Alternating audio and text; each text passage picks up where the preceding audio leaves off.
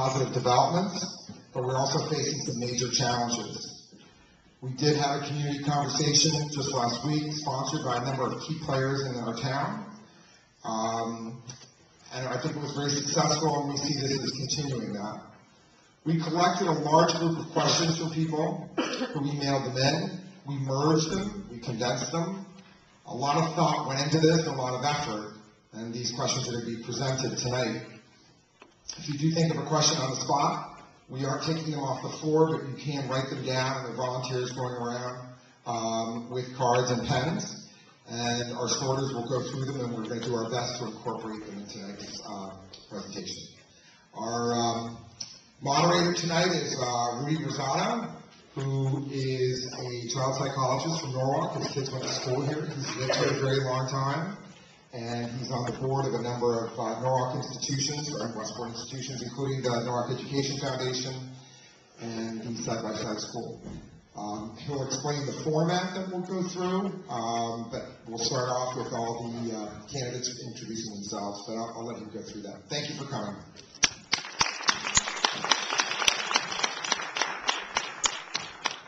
Good evening, everyone. Welcome to our first opportunity for a conversation. We're not considering this a debate because what we hope to do is create an atmosphere where the citizens in our neighborhood have an opportunity to speak with the leadership of our city.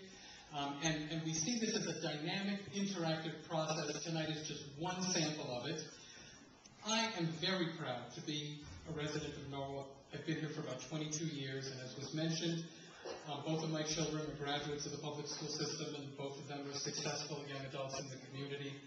And Norwalk is a great town. Of all the places that I get to visit as a psychologist and sitting in PPT and school meetings in different towns, I'm very proud of the educational system that we have. As someone who in the past, years ago when my children were younger, participated in Little League and Biddy basketball coaching, I have enjoyed working with the parents as well, with all of you as partners and friends in helping our youth grow up.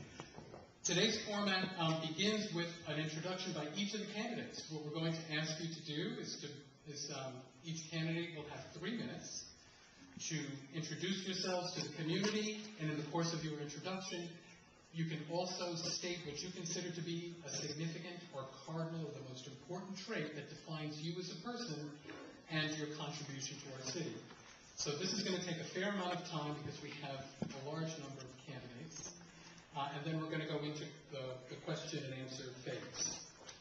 So we're going to begin with our two mayoral candidates, Dick Moshe and Steve Sarasas, and then we're going to start here at the beginning and then go around to the end. So, Mayor Moshe, if you could begin.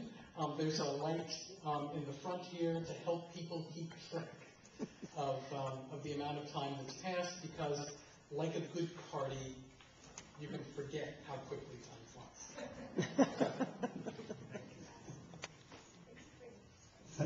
It is on. Good. Thank you for the opportunity to speak to you tonight. It will be interesting with this many candidates across the board. I guess everybody's grateful that the Yankees are off tonight, so we don't have to worry about getting home to watch them, except for the Red Sox fans in the audience I already met.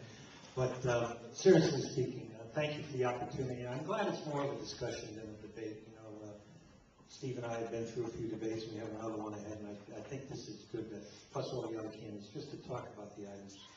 You know, when you stand up and somebody says, tell us something good about yourself, you know, like you think that I was 6 feet 4 and I look like Tom Cruise. You know, that's not happening. But on a serious note, I think the ability that I've brought since I've been mayor is that I do have the ability to bring people together, to compromise, to work together, to try and solve the problems that we all face. Especially in this last year when I was talking to some of the people here earlier when this economic tsunami hit us and caused so many problems on a national, state, and a local level from a financing and a budget point of view. But in order to do that, you have to bring people together, whether it's a board of ed, a superintendent, your department heads, city agency, unions, ordinance workers, the compromises that have to be made. And you're not always going to make people happy in every decision you make. You know, I've been to a lot of the schools, talking to class, and almost to all of them, one of the students always said, what's the hardest thing as mayor? I say the hardest thing is, Mary, sometimes you have to say no. But you bring people together, have them work on the problems, and more often than not, you're able to say yes. And I think that's what I brought to the table. I mean, you know, our resumes are out there, you've seen the literature, you know my background, that's all printed material. You have to have a little bit of what's in here and a little intuitive sense how you bring those people together to solve the problems that we all face, whether you're parents, grandparents, administrators, elected officials. Challenging times require challenges to people and the ability to have those people work together. And I think I'll end it right there.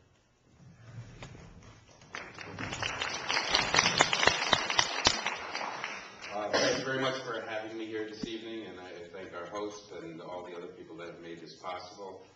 My name is Steve Sarasis. I have a degree in political science and public administration. I was an entrepreneur. I was born in Norwalk. I was raised in Norwalk. I left to go to college, and I came back here and made it my home because I love Norwalk. After being in the entrepreneur business, restaurant business for some time, in the late 90s, I had an illness which forced me out. I coached my entire life and did a lot of outreach programs throughout my entire life. And I realized after spending those 3 years in the late 90s, early 2000s in the school system at various different positions, teaching kids, and that this was my passion in life. And I'm not going to talk about the other issues tonight, which there are on the board, but this is a discussion, and you are focusing on education. So probably from 1999 on, I've been involved heavily in the youth movement in Norwalk. I have immediately was, after I left the restaurant business, I ran summer food service program for Neon, while at the same time teaching ESL to adults and helping other people open their businesses. I fed over 700 kids. I had one feeding site right here at this school in the cafeteria. That eventually got me into youth planning, and I was hired by Neon as a youth service planner.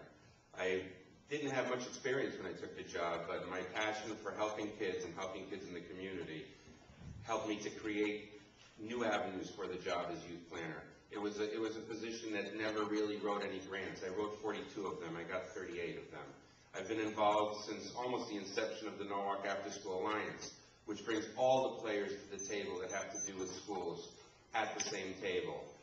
Everybody from the Norwalk Public School System to Norwalk Education Foundation, Norwalk Children's Foundation, Achieve, you name it. Everybody that's involved with after-school programming. I got involved with the Obesity and Childhood Nutrition Committee in the Health Department, which led me to create a program called Fit Kids, which is now in the public schools, or it's in the 3 community centers with our public school children for the last 3 years, and has been found increasing funding. That's done with the Health Department and was developed together with them after I created it. I've also co-authored the book on quality standards for the state. So my passion is with kids. I not only create programs, but I facilitate them. I'm out there in the streets with kids. I'm out there in parks like Ryan Park, Ely Park, even, like I said, having done programs here. So my first and foremost, one of my major priorities is education and bringing as many players to the table that need be, the PTO, the Board of Education, the Mayor's Office, all of us. We all have to be on the same page, and it all has to work together, and that's the only way we can make it work in Norwalk. Thank you very much. Thank you very much. For those of you who are watching tonight, it's a 3-minute presentation per individual. The yellow light is 30 second warning. So again, we're helping to guide things.